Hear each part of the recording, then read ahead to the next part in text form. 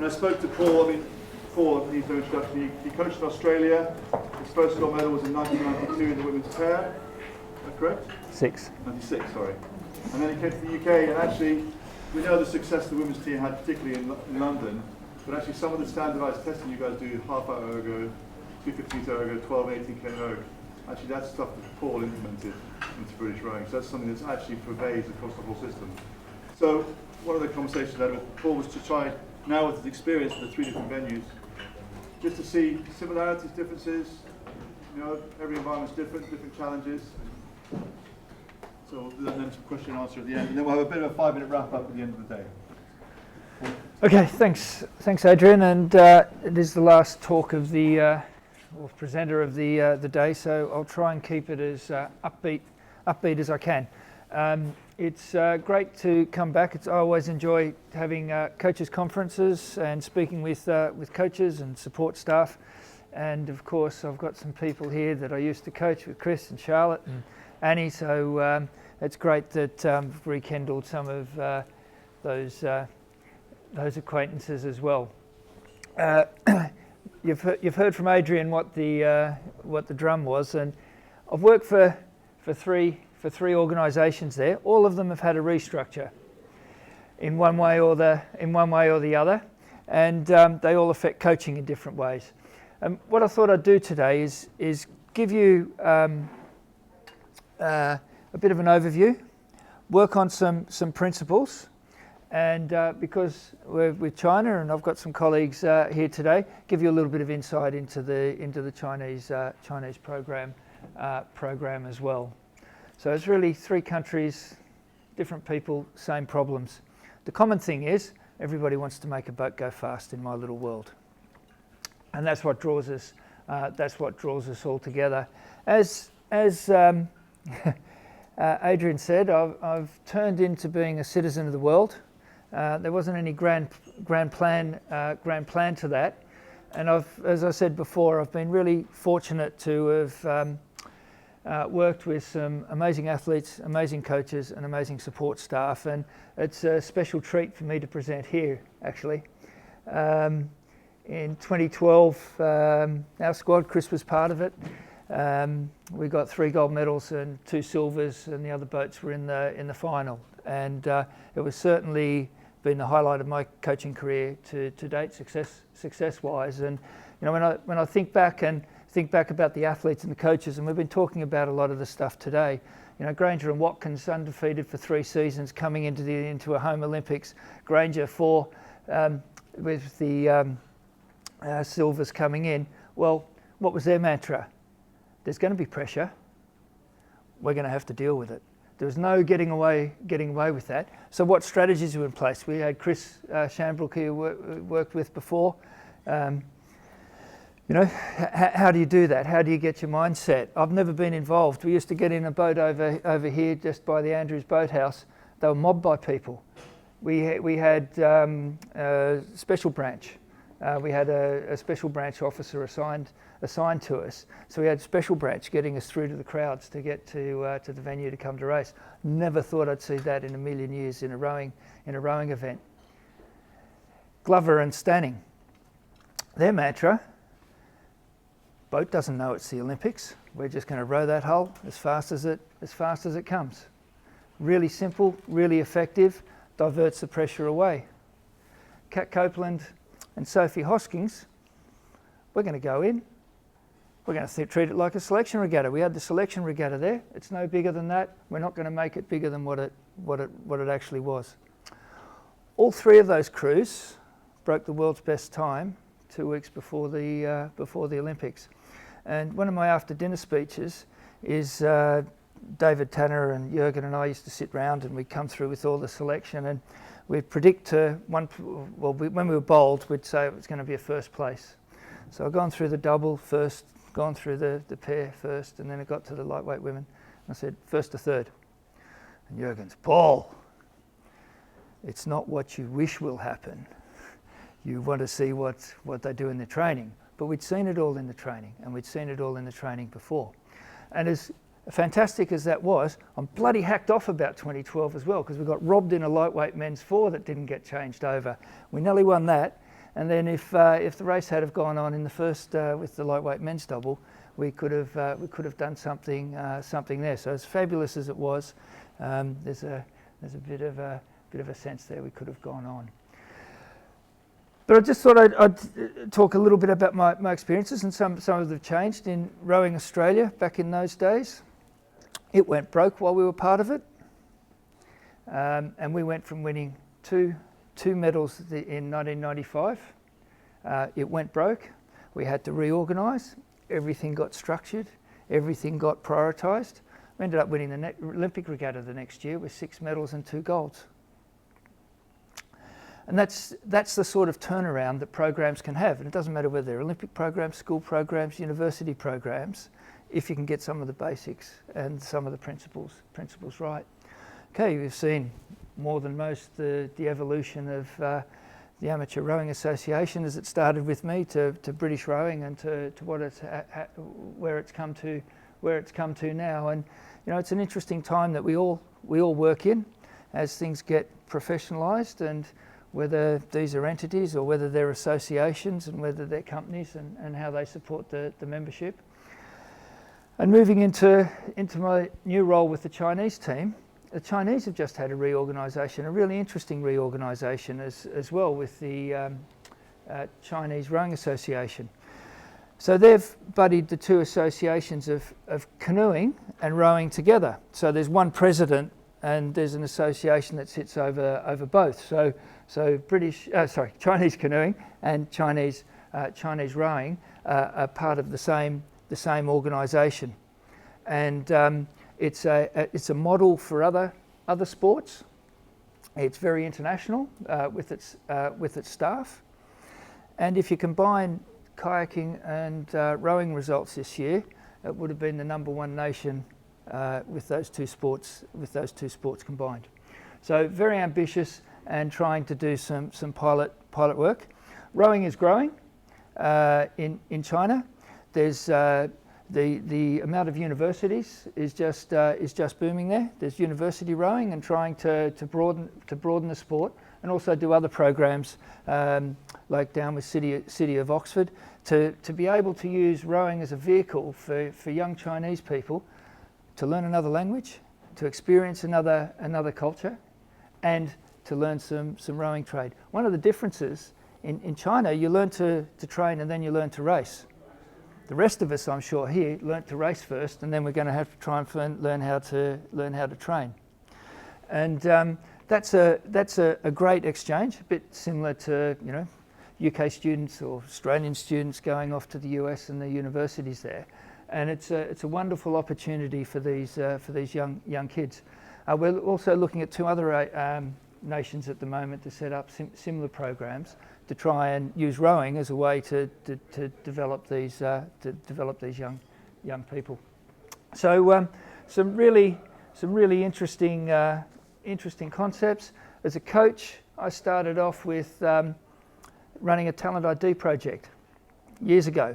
In fact, Connie was around a little bit after that time, but not by much, in Australia, and basically took a rower from novice, finding him in the school, to be world and Olympic champion, and that sort of sealed my deal to avoid a real job for a few years. But that ended up getting sold on to the UK, and that's the START program now. So I feel I've had a broad range and very privileged opportunities along the way. Back to the high performance. This is my favourite photo. It's from the men's single in Rio. 5 1/1000ths of a second separates gold and silver. So in all the discussions you've had this week, what's your contribution? And we heard Jonathan say, "I did no harm." Well, you don't want to do any harm in this situation, do you? So it's a great photo, because this is the photo that you all have to prepare the race for. This is what you need to prepare your rowers for. Which side are you going to be on? And the best bit about this photo for me is not what it shows, but what it doesn't show. 2 men, nearly 100 kilos each. You know, they're on a 14 kilos boat, skillfully going, 240 strokes, the lead changing all the time. You know, what is it they've done that's going to separate it? Is it what's you've done that's done that 5 1,000s? Is it nature or is it nurture? Yeah, and they're real questions that you need to be able to bring back to how you develop your program and what you do in your program. It was interesting listening to Mike earlier on. What was he talking about? Length of stroke rate. Doing the basics as brilliant as you can is the fundamental to our sports performance. Yeah? So you've got to look at that, and we're quite proud of this. This is the first Asian crew to win a heavyweight championship at the World Championships. Yeah? Very proud. And lots of celebrations, obviously. But what's it take? What does that performance take? That 5 1,000s. What's it take for a men's single to go under 6 minutes 30? What's the most important thing you do? And for a rowing coach, go back and look what are the first principles of our sport? How far you push the boat, the watts that you get on the spoon, the drive, how far you push it that way, what your efficiency. So you've got the drag of the hull, you've got the wind drag against you. When you go right back down to the basics, it's how far you push the boat and how far you let the boat run. So if you can devise your program around that, and I totally agree with what Mike's doing with his low rate work, because you're playing to it. Why are rowers tall? So they get a long stroke. So you need to make sure that you're doing your basics as brilliantly well as you can, and of course, you need to be able to look for that performance. You know, what does it look like? What does it smell like? And to be able to put that together. And it, you know, in my view, it doesn't matter whether it's trying to win at Henley, trying to win a schools race, trying to develop a boat club. What's it take? What's your vision? And then ask yourself some questions, but not just the first level. Okay, we need big people. Well, what's the next question? Where are we going to get them from? Okay, then once we get them from that school or that school, how are we going to make it sustainable? Then how are we going to, what's our training principles? How do we get them fit enough? What do we need to get them fit enough to? So that you can come down and really, you know, what does it take? There's a mantra in UK sport, what does it take to win model? And it's really important to have that vision. And coaches are usually the ones that have that vision. Okay, administrators do, but you guys see it out on the you know, out on the track every day. So always know your destination, and look, where's the next performance in our game? Where is the next performance? Olympic performance increases between 0.5 to 1% every 4 years. So how are we going to get faster? It's not just going to be a technological gain. You know, so what are we doing to get faster? That's basically the trend of the performance. So then it comes back to your principles, your strategies, and your priorities. And if I can just, and I thought I'd give a few examples here, and this is the area that I was talking about with Adrian. So when you talk about strategies, when you come into, and you're saying, well, you know, do you come into a different country and you do the same thing, or you do something different? Well, it's going to be different. Your environment's different, but your principles can be similar, because it needs to be how we're going to work them out to make that boat go fast. So when I came over to the UK, we had lots of people everywhere, and with the women and lightweights as head coach, right, how do we make this more competitive? Well, let's get everybody in a single scull. And I'm quite clear about that, and it's the small boat principle again. Now, I know it's moved away from that, but people in single sculls, they have to understand how the boat moves themselves and what their contribution is on the sail. They need to be strong and fit, and then you see who can really race. And I still believe it or not, Chris, that sculling is still the fundamental to sweep. Now, that's on the whole, and allows people to pop out and really show a performance. And I think time, or that period of time, made a big difference. Okay, you still need to be able to row sweep, and you've still got exceptions to the rule, but in principle, that small boat performance and working to the basics, you can't go wrong. And then working to principles as well. And there's a few examples of that. The lightweight making strategy. I started as chief coach. We can lose 8 kilos down and then we perform, and the Danes used to do this, and somebody else used to do that. But I still could never get my head around why a rower wanted to be in a catabolic state when they're trying to taper for a performance. I could never get my head around how you want to be dehydrated and then trying to perform. I could never get my head around that the body always works to homeostasis, and if you're going like this, it's never going to work out. And so that then developed the weight making regression and 500 grams a week, and being able to get down and get close to it. Now, of course, it's quite easier for a coach to sit up, and there's 2 people over there that have lived it. But the more you can get out of that 57 kilos or 70 kilos, so the stronger you need. You don't want it to be easy to make weight, but you want them, and I see it in where I am now. A lot of running and making weight beforehand. You want the energy spent on the water, not the energy spent to make weight. The race is 2 hours after the weigh-in, not for the weigh-in.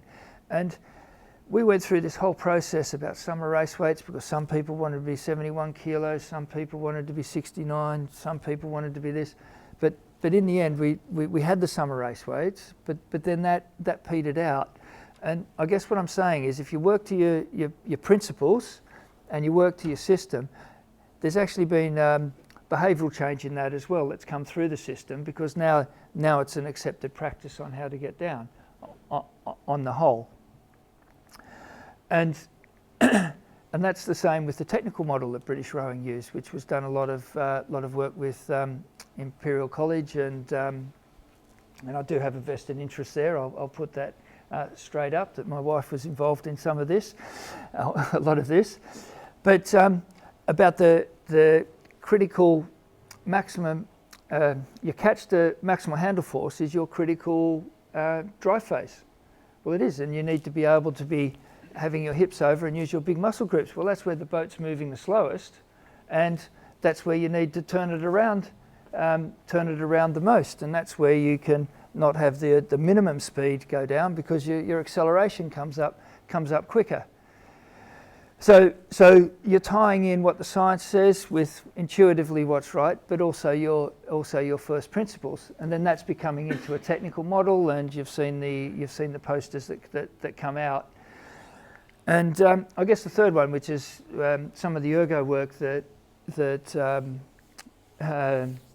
Adrian mentioned, and with those 3 times 6K for the 18 kilometres. And Miles Forbes Thomas, I was coaching with him, and wanted to do this session. And it's most important when you're training somewhere like on Dorney, because the other thing about Dorney is that this was my first coaching venue. Could do 750 metres to and fro. And I remember the winter of 2001 and 2002 flooding, and so you had all of the Thames Valley here at the same time. You could almost walk across the boats. And during that time, wanted to measure, to have a good aerobic session, but also monitor the training. So first thing we did is said, right, well, we can get Chris, we'll get him to sit at 150 pace, and we'll take some lactates and we'll see what the score is. And of course, Chris did that, and then we came back from a regatta once, and he's sitting on 150 and his lactate's 5. And it's like, right, well, that's not going to work. So we flipped it over. So that out of that workload, what you get is you get an output, a work output, so watts or split. You've got perceived exertion.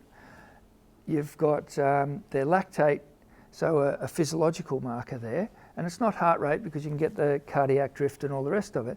And if those three are in a line, well, actually, and it was I set an arbitrary level of 2 millimoles. Some people are a bit higher, some people are a bit lower. But because you've got that standard, it's a very sensitive tool to pick up when people are getting ill, when you want to come back from illness, because the aerobic training, it's still an aerobic power sport. The most fundamental thing, going back to our principles, is aerobic power. And so if you do that regularly enough, it's actually more predictive than a step test, I found. So if you do your step test, you either go really well, and the answer is there, right, let's crack on, or you go really poorly, and the answer there is, right, let's crack on. Whereas with the 18K, we're able to use that as it's a monitoring tool, not a testing tool. So you could have that as part of your training. You could do 12K or you could do 24K. The 6K came in because the same research from IC was showing for your back health, you need to have a bit of a rest after about, you don't want to go longer than 30 minutes. So that you could come up and have a stretch, get back on the ergo. So it was good for back health, and it provided a fantastic training tool. You can go harder, you can go lighter, but it's a core thing in there that works all the way through, and that's obviously come into the training system. The 250 meters that Adrian mentioned, it's about getting crews out of the blocks fast enough, because there's not just we do a lot of weights, but you also need to be able to apply it in a the most functional way that you can, sport specific. And so that's where that testing came in, which has come and gone. And we were talking before. We've got, and I know some of you use this. We need to move into the 21st century. We're at a data conference here. Look what can happen with SRM cranks, and it's more difficult in rowing. It's not just one crank. You've got, we need to instrument an oar. You need to instrument the foot stretcher. You need to instrument the gate. But there's still enough tools around that you can be using to coach to know what the actual output of the individual rower is, as well as what it's doing to the boat. And it's affordable enough for most programs to be able to work out a system for. So there's again just a few things there that have been working on principles, strategies, and with the selection strategy, what's your number one boat? What are you aiming for? You always need to come back to having your vision, having your strategy, working to your principles, but then you need to prioritise as well. And I was talking to Martin beforehand on the Australian team. Yeah, 96 was great, 6 medals. So everything was looking good for a home Olympics. Those of you that are old will know of the pair of Tompkins and Ginn in St Catharines. They won by a mile, by easily the standout crew of the regatta, if you're Australian. Maybe it was a Coxless 4 if you weren't. But they were an absolute outstanding pair. And Drew Ginn did his back in just before Lucerne in 2000. So and he was out for the Olympics. So what do? You've got James Tompkins, who's the best rower by far. We don't get James a partner from anyone in the 4 or anyone in the 8. We go down to the spares all the way down to the end. We end up winning five Olympics in Sydney, 5 medals in Sydney, but no gold. And James is rowing with it, and he got a bronze in a tight race in Sydney. So, when you look back on that, it doesn't make much sense. But when you're in the middle of it, of course, it probably made perfect sense. But how we strategize and how we prioritize can have big influence on the results and the things that we do. Might be a familiar face here, Chris. I didn't know you were going to come. We should never underestimate how much our training environment and our daily training environment affects our performance. It's the most fundamental thing that we do. the training you do reflects the racing, and the racing reflects the training. So, you know, we've had culture talks, we've had data, we've had all the rest of it, but the quality of your training is going to be the quality of your racing. The more gold medal standard strokes you take in a session, the greater the chance you have of winning a gold medal. And that's where those of you that were in Chris's talk, you know, you're not going to be, not every day sunshine, you're going to have a few rainy days, but you need to make sure that you're working at, if you turn up to training and you're working at 80%, you need to be working at 100% of your 80% to be able to get the most onto you. You heard Mike talk about setting up his session to be competitive, and how those it's about managing behaviour, changing behaviours, and looking at how that racing and that hard mentality. We always go out in the rough because we're always pushing on, and the training environment needs to do that. And whether you're training in Caversham or like us in Beijing, if you're just on a 2,000 metre course, well, you can't send everybody off on the lake. So you have to work your measured pieces, your time pieces, because that competition and measuring between each other, so that if you don't measure it, you can't improve. So that gets back to your data. So that comes into what your daily training environment is, how that works, being constructively competitive, yeah, but also having that challenge and support.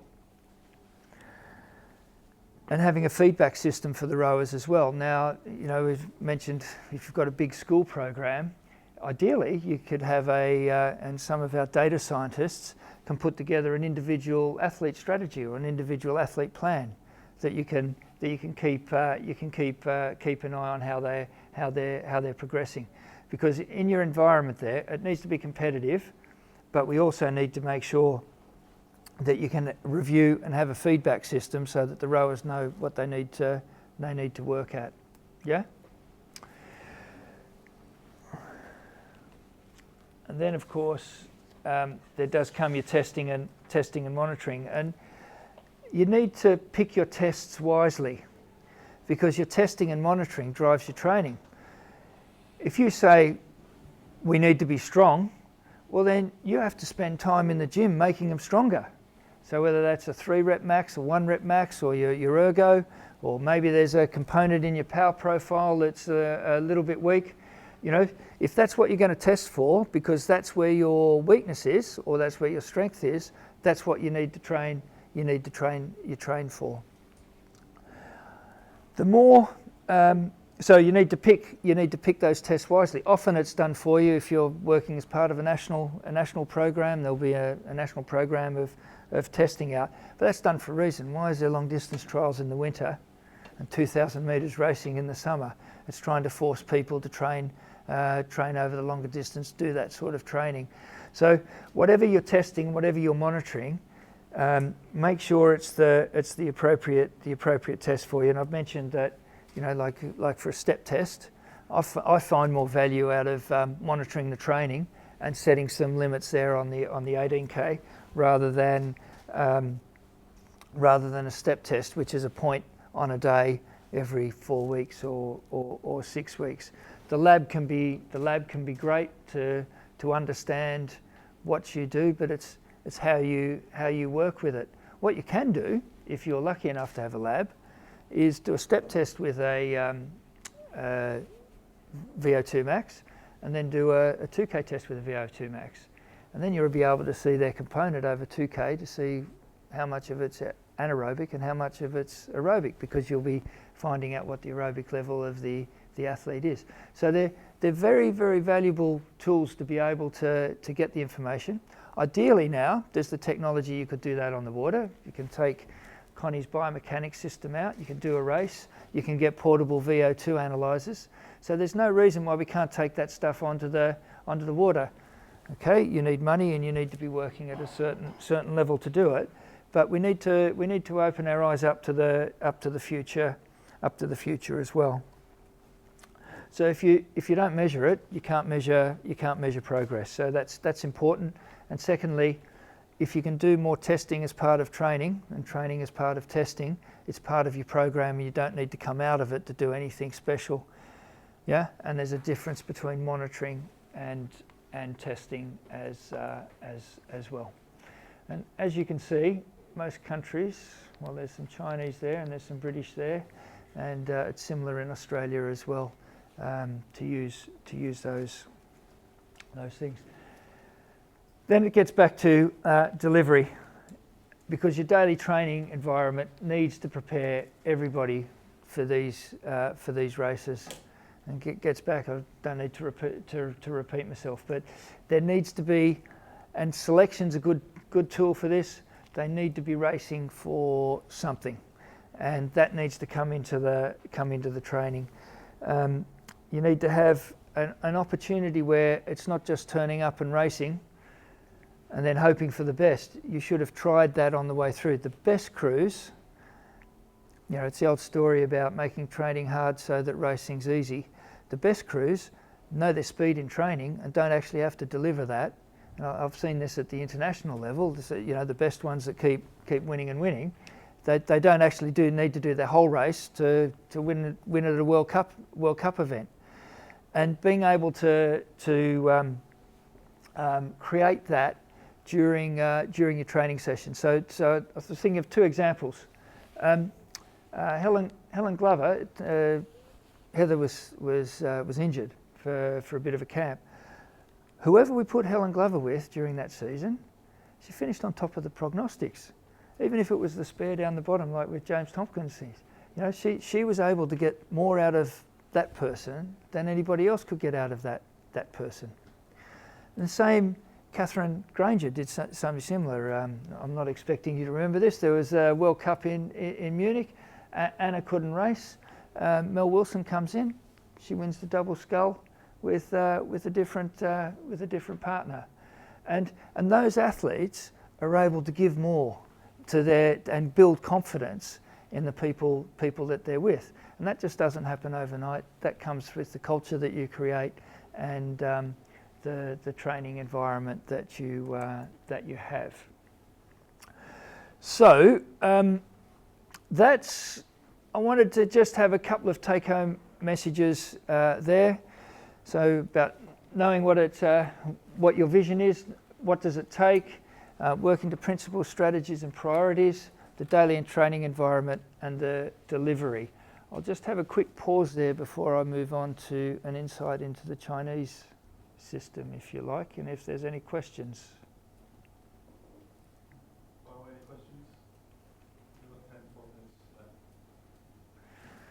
Okay, no questions. That's good for me. We had a really successful year last year. 4 medals, qualified 6 boats, and that's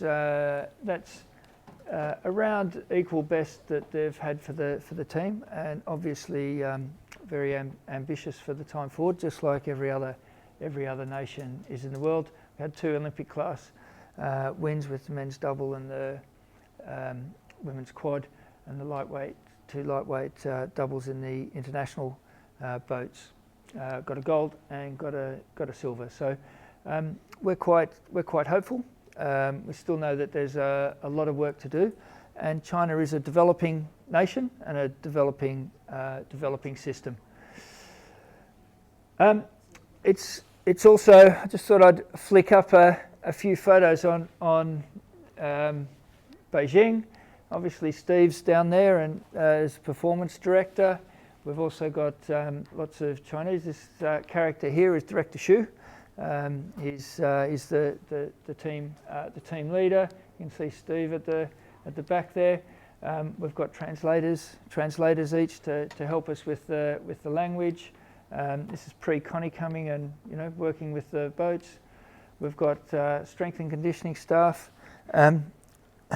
We got 15 rowers qualified so far. We went for a cross-training camp to the US in November, and we had 19 strength and conditioning coaches come with us.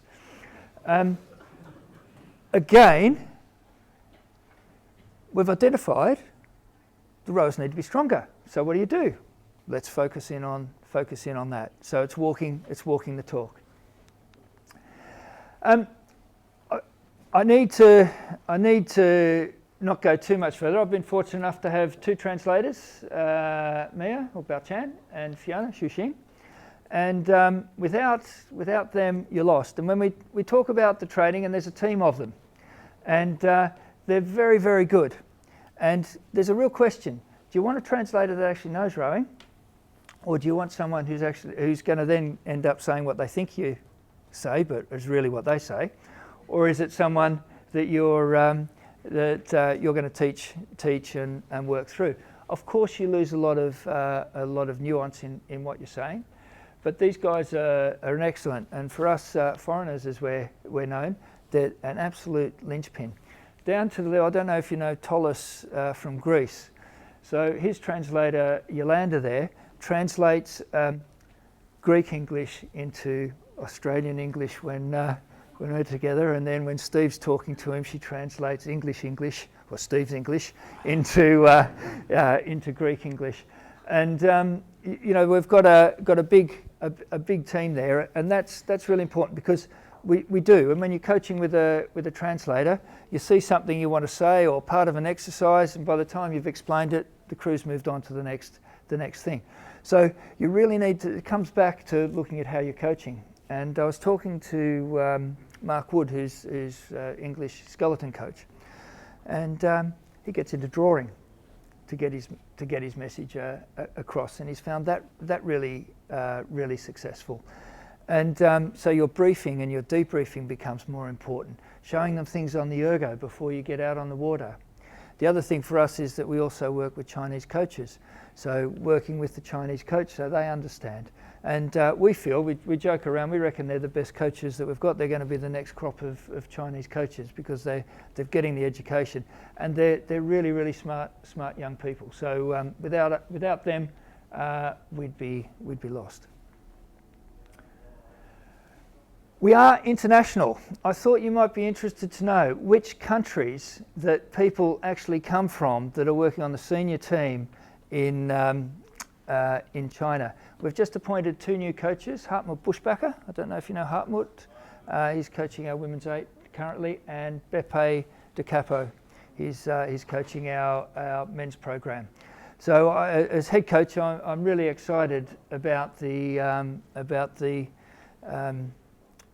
quality of coaches we've got. This is not just rowing coaches, but physios, strength and conditioning coaches, rowing coaches. We've got a real international team. And when you have a coaches meeting, and Seaflow might be able to relate to this, it's a cacophony of noise because everybody's in there.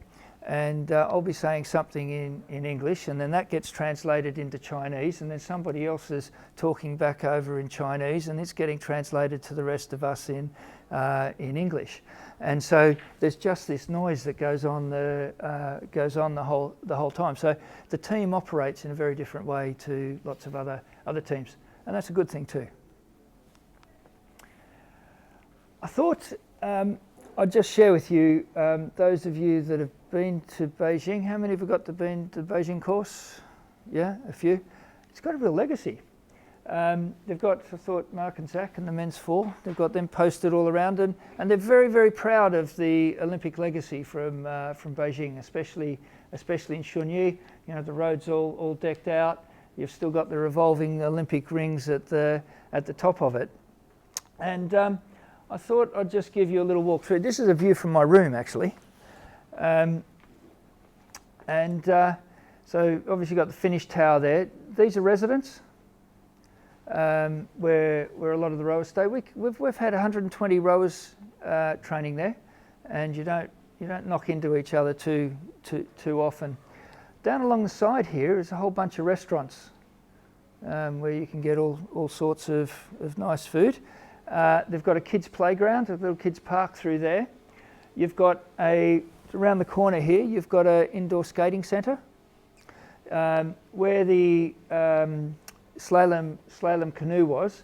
They're talking about rebuilding that into a ski jump at the moment. There's an RYA approved sailing school right here, and they've got an activity centre. Along the back, you've got tree houses with barbecues and a recreation centre. they have fun runs. They've had a roller skating race. When there's festivals, they have kite flying. It's a real hive of activity. So all those rumours that you heard about it being a dead course, they're wrong. So I've just thought on this video it'll give you a little bit of insight, if you can read that. Gives you a bit of a look around the centre.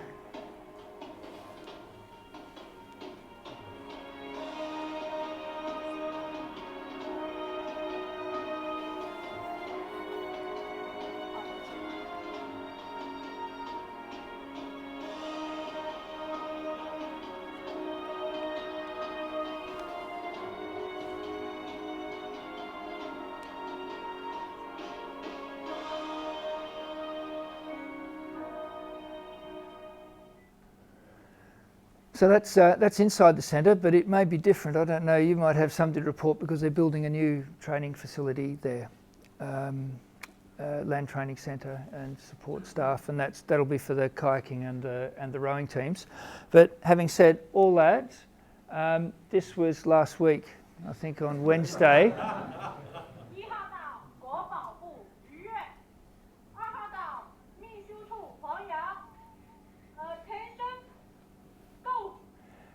So we've got different sort of racing there at this time of the year. We're due to have a regatta there soon, so we're hoping that things warm up a little bit. So that's China. I wanted to cover one other point, and in the brochure, when I said I'm a citizen of the world, I'd like to think so. I'm still on the GB hockey board actually. Trying to make them successful as well, and I was part of the team that set up the UK Performance Coaches Association, and I think this is something as us as a fraternity of coaches, and when we talk about performance coaches, it's those that are putting people onto a performance pathway is the criteria, and coaching in the modern world is getting more and more challenging as society changes, and rightly so. Coaching needs to stay with it, and we should be looking to be as professional, whether we're volunteer or paid, and have a professional arm as well. So we went out to as many coaches as we could get a hold of, and we had 100 and something replies from coaches from 27 sports. And they all said that they're feeling vulnerable at this time and want support. So this organisation was set up, and it's only going to be supported while coaches support it. So I'll put it in the plug there. We've already had. I was chair. I've stood down now because I can't do it justice. Coaches coming where situations, whether they've been led from clubs or allegations made against them, and there's mediation support. There's the next step can be legal advice, legal support, because once you get into those situations, I haven't been immune from things for me. So I don't. It's part of my coaching journey as well. It's a very lonely place to be. So that's on the negative side, but on the positive side is trying to get sports and coaches into a connected network as well, so it can be used for education.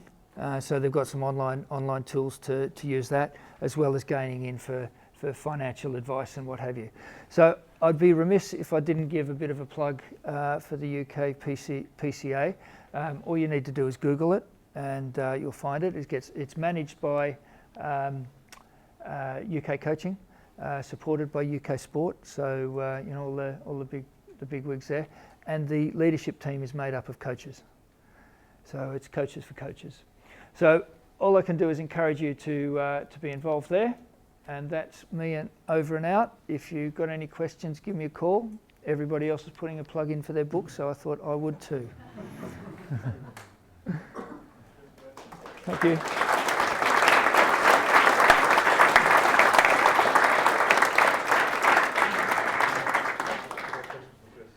Chris. I have a question, Paul. I've taken up triathlon late in life, and I've learnt an awful lot about fat use, triglycerides, and ketone production for endurance training. And it's my private thought that rowers have got a lot to learn from triathletes. Have you involved any thoughts on doing long endurance training, altering your diet and trying to metabolize ketones? Funny you should mention that. One of our lightweight rowers did a PhD on that, and is now or one of the GB lightweight rowers did a PhD on that, and he's tied up with the company that sells some of those products. We've tried it, and the feedback from the rowers was that they can't hold their concentration for that long when they're out rowing doing it. Now, whether we did it the right way, the wrong way, or what have you, we tried, but it wasn't. The rowers who tried it came away from it because they felt they couldn't keep their level of concentration and quality in what they're doing. I'm not saying there's not something in it, or to look further, or 6 months to transfer. Yeah. Well, exactly. Well, they didn't spend that time doing that. But you're right. That's definitely that's in cycling as well as triathlon, and that can be something to look at. Quick question. Just noticed on the photos of the gym, there's a lot of like kettlebells, ski ergs, some more like TRX type straps. Do you have a different approach to the S&C like the training you've been doing since in China? Do those S&C coaches do things differently from here and doing a Bishop? Really good question. The